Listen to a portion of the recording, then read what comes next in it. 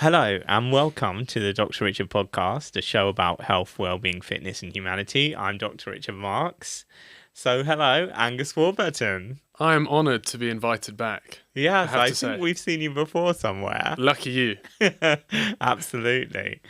So, as you guys probably know already, Angus Warburton's a fitness professional and a podcaster in his own right. So, how are you, Angus? And tell me 3 things that make you grateful. We're going to change it up a bit this time because we normally ask about the smile, but yeah. I'm very well, first of all. Good. And 3 things that make me grateful. I think the first one would be my close circle.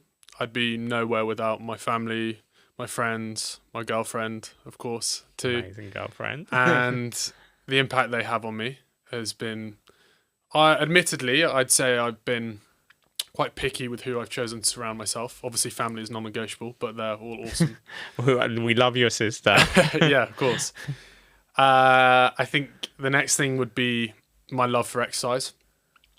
It took me out of, I'd say, a relatively dark place through my teenage years, and it completely changed the direction I was on in life. And then the third thing would just be my day-to-day attitude towards life. I haven't always had this upbeat, positive attitude, and I'm truly grateful for every single day. That's brilliant. That's what we want to hear.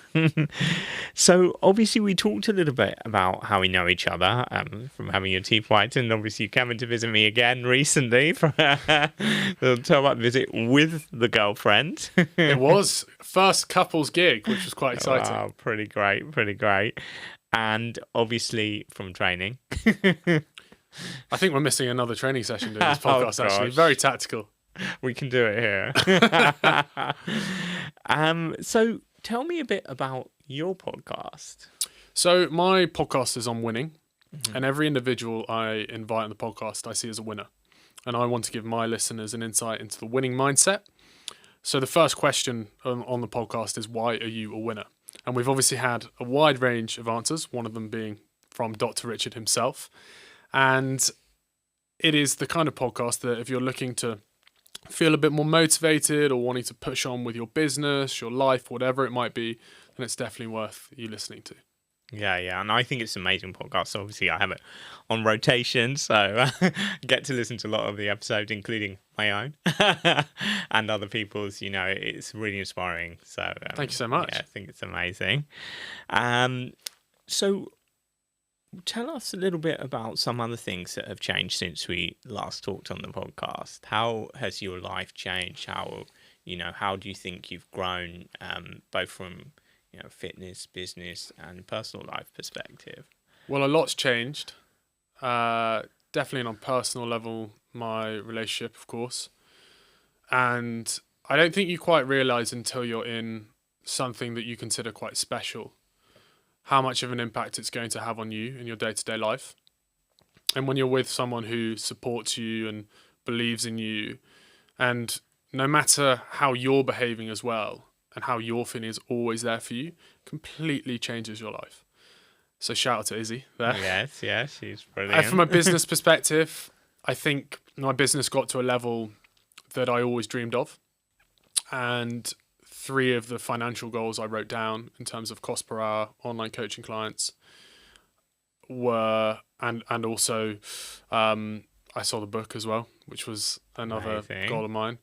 I think I hit those, and then I suddenly was like, "Ooh, I don't know how fulfilled I am necessarily with that," because more often than not, we set those goals and then we just want the next thing, right? Of course. And so I found that obviously then creating a podcast has really opened my eyes massively, and I'm sure you have this too. You learn so much from doing this, right? Yeah, absolutely. You learn about other people, but also about yourself in some ways, because it's having in-depth conversations with different people. But I think the big thing that's changed is I just don't care what other people think anymore. And it's such a nice position to be in. And I think that's for a couple of reasons, my close circle being one of them. But also I just think I've got to the stage where I've had a complete realization that I will only ever get stick from someone below me. will never support you if they're not doing it themselves. And that's fine. But anyone who gives me stick about the podcast or a social media post or anything like that, I'm like, cool, you're not doing it. Yeah, of course. Yeah, and it's good to be inspired by people who are obviously taking action and things like that. And whatever happens, they always say there's always going to be, negative or haters or whatever. But the less that occupies your time and peace of mind and space, that the better. Do you know what I mean? Like, nothing should stop you on what journey you're taking. Yeah, I actually listened to a really interesting analogy the other day from a guy called Alex Hormozy, and he was talking about the Queen, and he does this post where he goes on, and I think it had been 6 months or so, or a few months since the Queen had died, and in the post he goes on to say she's the richest woman ever, and what she achieved was absolutely remarkable. She obviously was 70 plus years on the throne, and he goes, you haven't thought about her until this post in the last few months or so. I remember that. I was listening to Great that. post. Yeah. And he goes, people don't care about you. Yeah, of course. Like, the most incredible woman achieved all these things and you haven't thought about her. Yeah. So just be you. Exactly. The more you can be yourself, the better. Exactly. So I'm going to talk about some things you like, and I'm going to get you to tell us about them, which I think you like anyway. So first, tell us about Man City. Well, I didn't think this would be in the conversation, but if I was bleeding right now, it'd be blue, light blue, specifically Man City blue. And you know what? People ask me, why are you so invested in something that you have no control over? And I said, that's the exact reason. No matter how much love, no matter how much I spend on going to the games, and no how much effort I go into watching them, supporting them, I can do absolutely nothing about it. And I love having that in my life. An uncontrollable emotion that I'm so invested in. I just think it's incredibly exciting. Yeah. And I think that whole experience of the game and everything, it takes you out of the normal. Do you know what I mean? And it's something completely removed. And as you said, you don't have to control it. It's something that you can just let go to. Do you know what I mean? Exactly. And I think when you're I like to think I'm busy, successful as well. I like to think that too. But I think it's the once or twice, sometimes 3 times a week, where I will put my phone on airplane mode, or actually, admittedly, Dad's watching the game up north, and we're corresponding. Well, that's the other thing. That was a terrible shot. So I think there's also that element, and just watching the game, inexplicable emotions. Exactly, and I think for me, weirdly, I was thinking about it the other day. It's a really special thing that I have with Dad. That when City are on, more often than not, I know he's watching it wherever he is. Oh, wow. And we're just obviously messaging about the game. And then as soon as the game's over, conversation ends. Yeah, it's so... Wow, that's really cool. So it actually is like father-son kind of, bonding. Exactly. Bonding time. Yeah. That's brilliant. Well, even better if you win. Of course. Well, I'm hoping by the time this is released, Man City might be treble winners. Wow. Amazing. So fingers crossed. Fingers crossed for you. And tell us about Cornwall and your love for Cornwall. Wow, gosh, you've really done your research, haven't you? So my love for Cornwall stems from my childhood. It is, without sounding too cliche, my happy place. And it's the one place where I go where sea dips I'm a huge fan of, so cold water therapy. Not to the extreme where I have a bathtub in my back garden. But there's something for me where when I walk out to sea on Constantine Bay, which is our local beach in Cornwall, where nothing else is on my mind other than the sheer beauty of what's in front of me. And it's just a special place for me. And it makes me, every time I go down, it makes me feel amazing.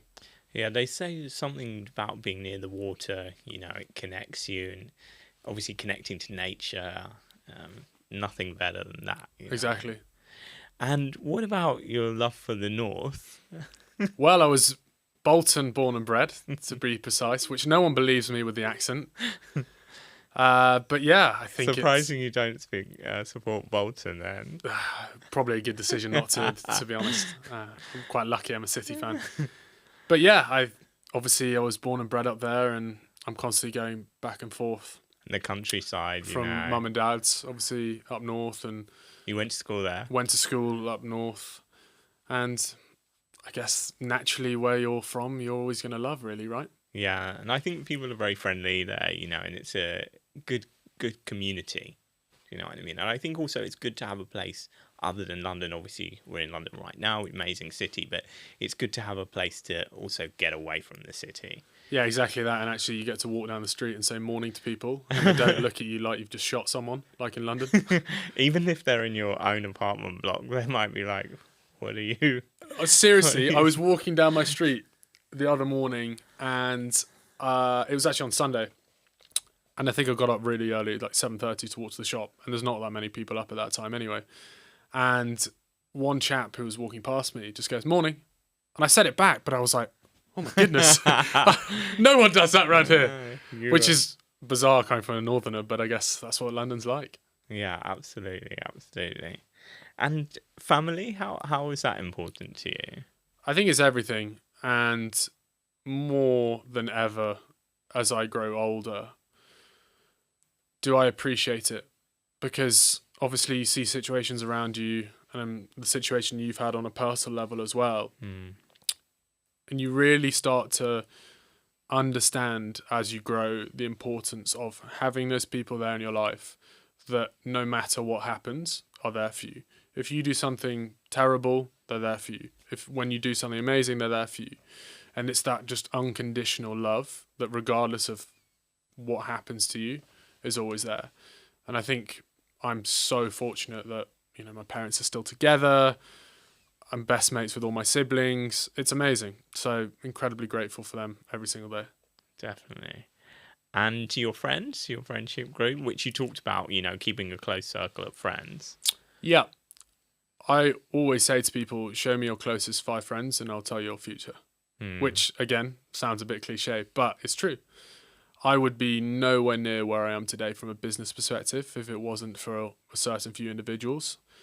And you've got to be savage with who you surround yourself with. And I know a lot of people say, well, that's easier said than done. But for example, is if all you do is hang out with someone just to drink alcohol, think how actually crazy that is. And I know it's coming from a fitness coach and people go, of course you're going to say that. But all you do is see someone and put poison into your body. And the only reason you get on with them is because you have that in common and you chat absolute rubbish with them, right?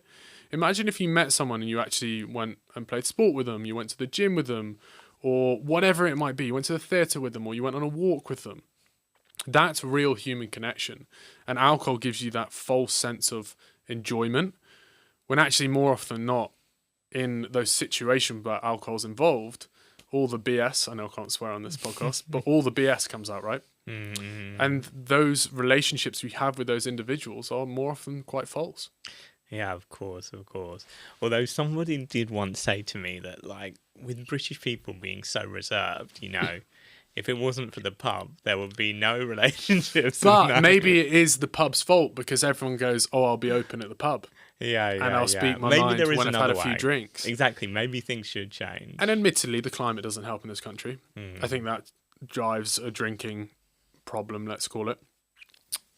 You go to places like Australia where people are much more outdoorsy. It's the weather, right?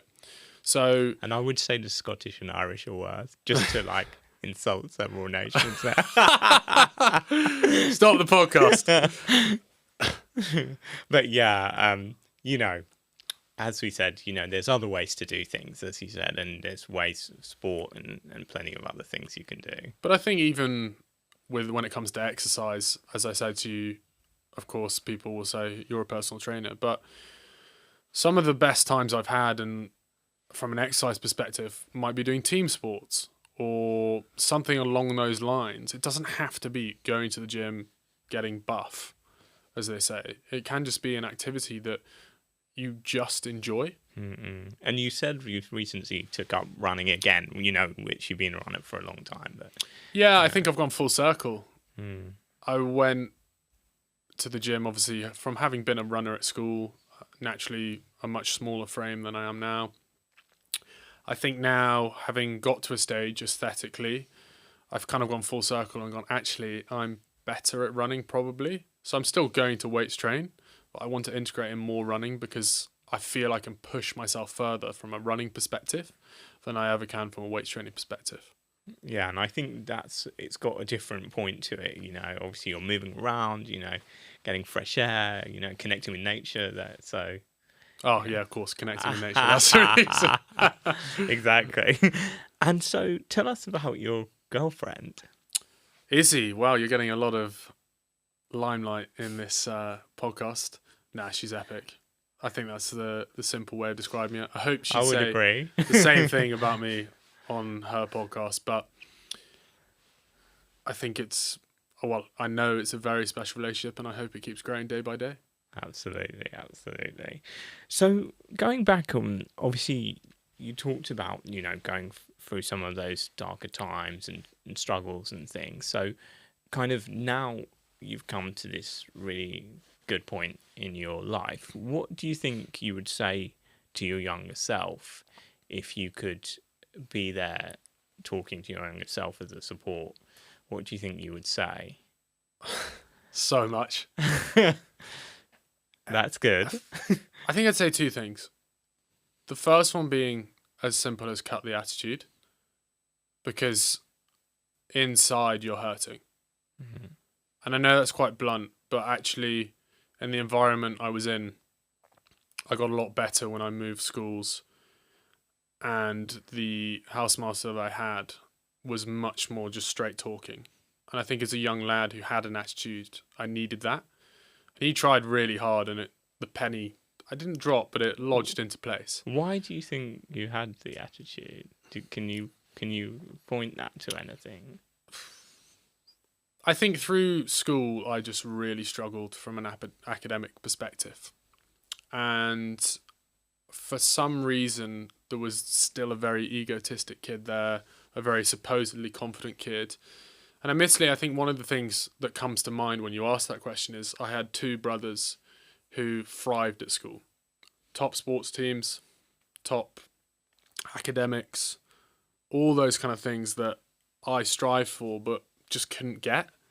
And I think because I was almost a bit embarrassed when it came to showing my parents what I got grades-wise or being on a B or C team compared to them being on the A's, I think that made me just go the other way and go, well, I'm not going to try any harder.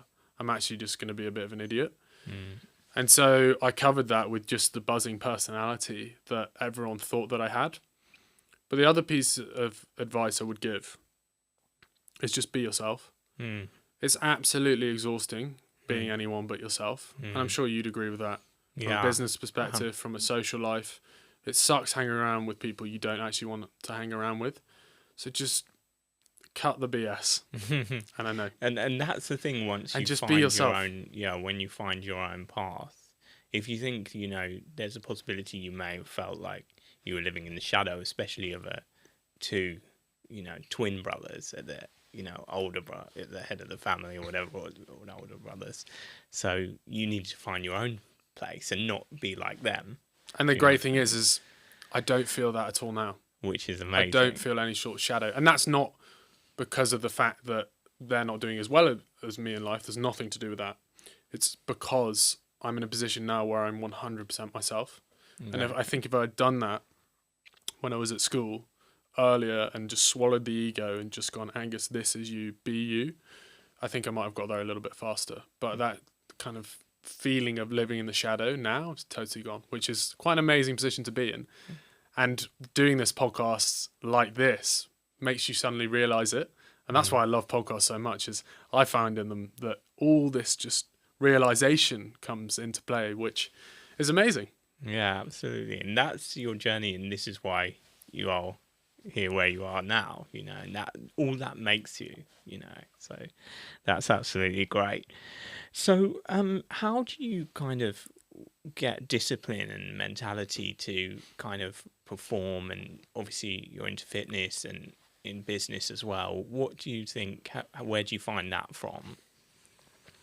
It's a really hard piece of advice to give when you say this is how you become disciplined. But I did do a podcast on it recently, so There's a whole episode. there is a whole episode if you want to listen on the Angus Warburton podcast.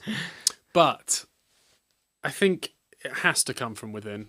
I can shout it at someone, you need to be more disciplined. But unless you want to change on a personal level, then realistically, I don't believe you've got much hope when it comes to becoming disciplined. But one of the things is keep it simple. So small daily tasks over time will evolve into huge things. And this can be as simple. First thing, get up, make your bed, brush your teeth, have a shower, make sure your shirt's ironed the night before, have your breakfast, whatever it is. And you could write 10 things. So I stole something from David Goggins, who's this ultra marathon fittest man in the fittest world. man, toughest man on the planet, man he in calls the himself. planet. And he uses the accountability mirror as a method. And I use it every day still. And 3 things. So I look myself in the mirror and people go, you're bonkers. But I'm like, well, I'm really happy and life's good. So you can call me bonkers, that's fine. But 3 things every day, I look myself in the mirror and say, you've got these 3 things to do. And sometimes simple, sometimes difficult. But if at the end of the day I've not done them, I look myself in the mirror and go, just give myself a big tap, right? So you're telling yourself off. Yeah, exactly. And over time, that has an impact. But I think the other thing is routine. I think unless you have some sort of routine, you're never going to be disciplined. You know, getting up at the same time each day. I've found that lights out by 10 o'clock in the week. Weekends are much more flexible, but the football's done by 9:45, so bed by 10. Yeah. But I think that's really key. I think sleep is a huge factor on my performance. And I know that if I go from 10 to 6:30 sleep-wise, I feel great. If I go from 12 to 8:30, don't feel nearly as good. Which I don't actually know too much science behind that. But I think also find the things that work well for you on a personal level. Exactly. Stop Everything is copying other different. people. Yeah, everybody's different. Cold water therapy is a prime example. So I'm a big advocate for it. And if I was down in Cornwall every single day, I'd be in the sea. But I don't have access to that. And I don't want to have a tub in my back garden because A, I think it's rank. And B, I kind of feel like it's become a bit of a trend that everyone now hates because people won't do it unless they've recorded it and put it on a story. But cold water therapy can be as simple as a 10-second blast in the morning to just give you a little bit of a shock. And for me, it's that one thing I do as soon as I get up, even if it's 10 seconds, 20 seconds, 30 seconds, sometimes it's more if I have time. But if I'm in a rush, then so I'm in a rush. And I think the impact that has is you do something that you don't want to do from the get-go. Mm. And your mind goes, oh, right, that wasn't that bad. So let's do the next thing that I don't want to do. And it has a knock-on effect. And we talked about also enjoying the challenge, you know. You and I talked about that before, and I think that's the thing, you know, you hit challenges in life, but you've got to kind of enjoy overcoming that. You know? Yeah, of course you have. And it's even days where I don't feel as motivated, and naturally motivation comes in waves, but more often than not, the reason is because I'm not challenging myself enough and I'm procrastinating. Like anyone listening to this, think when you feel your worst, more often than not is because you've done something you shouldn't have done or you've not done something you should have done. So you're procrastinating. And as soon as you realize that and go, right, okay, I've got 5 things to do today. Once you've done them, you're satisfied. Great. What are you doing tomorrow? What are you doing the next day? Actually, no, this day I'm going to do nothing. I'm going to focus on my own mental health. Great. But set yourself tasks, and that over time, when you complete them, you'll become more and more disciplined. And I think what you said there about kind of personalizing it for you is really important. Like, for instance, you know, I know between me and my partner, like, I'm really good in mornings and getting up in the morning, and I can get loads done. But my partner's very good in the evening, and then, you know, at night, some people are night owls or whatever, and they can get a lot done in that period, you know. So one thing can work for someone, and that's productive for them. But, you know, for me to stay up late at night and try and get things done, that's not going to be productive for me. So, you know, it's kind of whatever works for you and finding that. And people can be equally productive in different ways. Exactly. It's the same when it comes to weight loss. So every single diet, as we know from a weight loss perspective, leads to a calorie deficit. But if you see your friend has done intermittent fasting or cut out carbs, that doesn't mean you have to. And if you don't like doing what they do, don't do it. There will be another way of doing it. So just because someone else has done it and they've had success doesn't mean you should do it that way. Again, creating a podcast. Everyone has to kind of have their niche a little bit. Otherwise, it'll be significantly harder to grow and succeed, right? Absolutely. So we talked a little bit about, building your personal brand and, what do you feel kind of going forwards? And this leads on to kind of what your next steps are on your plans for the future. What kind of can we expect, or do you have plans for the future, or are you just thinking in the moment? So in short, I really want to have an impact. I've had it good my whole life, and I've been very, very fortunate. And I really, really want to just have a dramatic positive impact on as many people as I can. So along the line, I won't give too much away, but going to be bringing out a platform which is going to be focusing on helping men in their 20s.